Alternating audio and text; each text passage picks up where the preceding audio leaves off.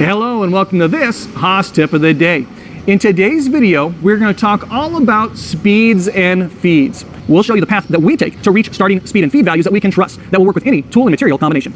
We'll be using metric values in this video, but have made another video for those of you that are running inches. A few key concepts, a formula, and we'll reach the RPM that our program needs. Another quick calculation, and we'll establish our feed rate and have you home in time for supper. As we jump into one of the coolest concepts in CNC programming, speeds and feeds, I've got a question for you. Are you ready? If our tractor is moving along at an amazing 1 kilometer per hour, that's roughly 17 meters per minute, which tire is moving faster, our small front tire or our larger rear tire? Everything for me begins with my setup.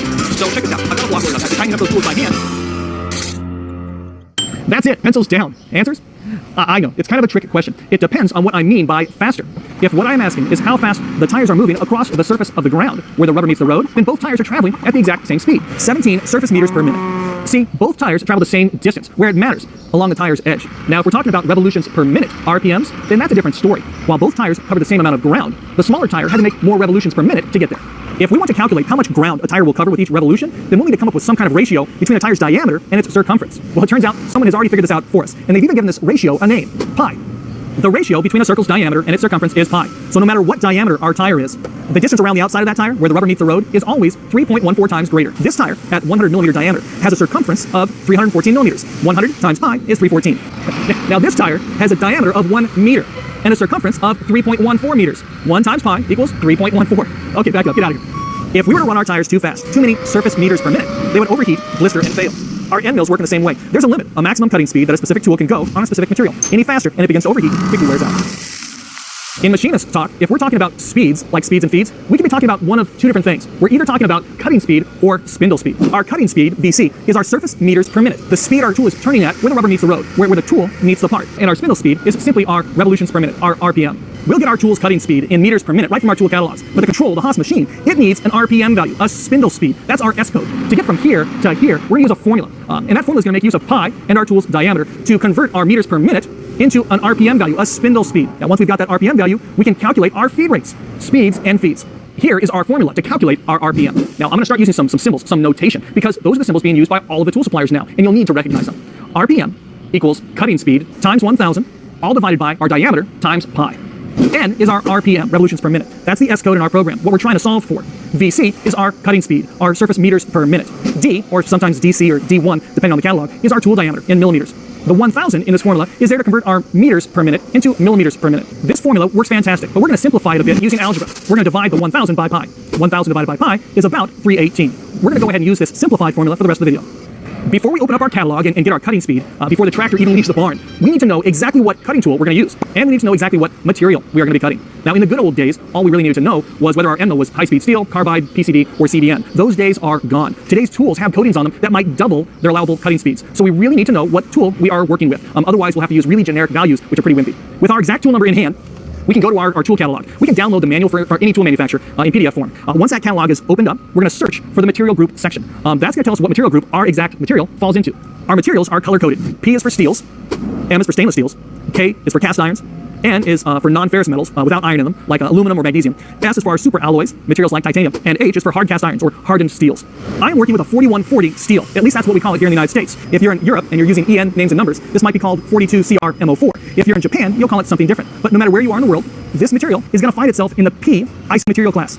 Now, the number that follows our color-coded ISO letter changes between manufacturers, so be careful here. Kennametal calls this material a P4. Niagara and Seco may call it a P5. Sandvik classifies it as a P2.1, while Iskar and Widia might call it a P6 or a P7. Same material, different tool vendor. Now, it's important that we get this right. If you don't choose the right material group, you are going to burn up your tools. Titanium has a different machinability than mild steel. If you try running a drill or an end mill in titanium at cutting speeds meant for mild steel, you are going to melt that tool. It will overheat and fail. So, if you can't find what material group your stock should be in, then give your tooling representative a call. They would love to hear from you. How many tooling reps out there would love to hear from one of our viewers and talk tools? Yeah, that's what I thought. From the section of the manual for our exact tool, under the row that lists our material group, P5 in our case, we're going to find our cutting speed, our VC, our meters per minute. If your catalog gives you a range of values there, then you'll make your choice based on the length of your tool, how strong your setup is, and how aggressive we tend to cut. In general, the more rigid the setup, the faster we can go with our cutting speeds.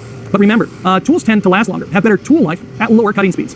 For my tool and material, we're going to use a cutting speed of 100. That's 100 meters per minute. I'm using a 20 millimeter end mill, so we'll drop in 20 there. And after a little bit of math, we come up with an RPM value of 1,592. So our S code back in our program is going to be S1592. We now have a cutting speed and RPM value that we can use without our tool.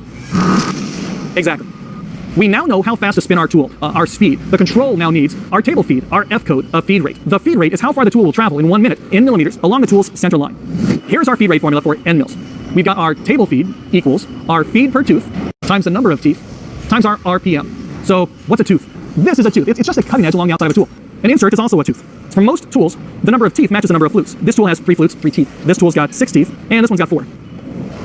We want our tool to take a very specific size bite with each tooth. This is our feed per tooth in millimeters. Just like our cutting speed, the book, or PDF, will give us that feed per tooth value. The catalog says that for my tool, material and type of tool path, 0.08 millimeters per tooth is a good starting range. 0.08, our feed per tooth, times 4, our number of teeth, times 1,592, our RPM, will give us our millimeters per minute feed rate, F509.44. Again, this is how far the center line of our tool will move along its programmed path in millimeters each and every minute. Some manuals will just give out a single feed rate for all cutting conditions, but most will give us at least 2 possibilities, one for slotting and one for side milling. Our AE is our width of cut, that's our step over, that's our radial depth of cut, and our AP is our axial depth of cut, how deep the tool is moving in the Z-axis. Most times, if you're slotting, your bite is going to be about 25% less than if you're just side milling. With the popularity of optimized tool paths like dynamic, adaptive, volume mill type high-speed machining tool paths, the tool manufacturers are getting more and more specific with their speed and feed recommendations. So you'll often see charts like the one we'll show you here, listing all kinds of different tool paths. You'll choose one and then match your speed and feed to the path that you're using. Now, if you are dealing with drills and not end mills, our feed rate might be listed in our catalogs as a feed per revolution and not a feed per tooth. We just multiply the millimeters per revolution chip load from the book times our RPM to get our feed rate in millimeters per minute. Now watch out for and know the difference between millimeters per tooth, FZ, which we typically use for milling tools, and millimeters per revolution, FN, which we often use for drills. Here's that completed legend and the formulas we typically use for calculating our speeds and feeds. We've got our cutting speed formulas, spindle speeds.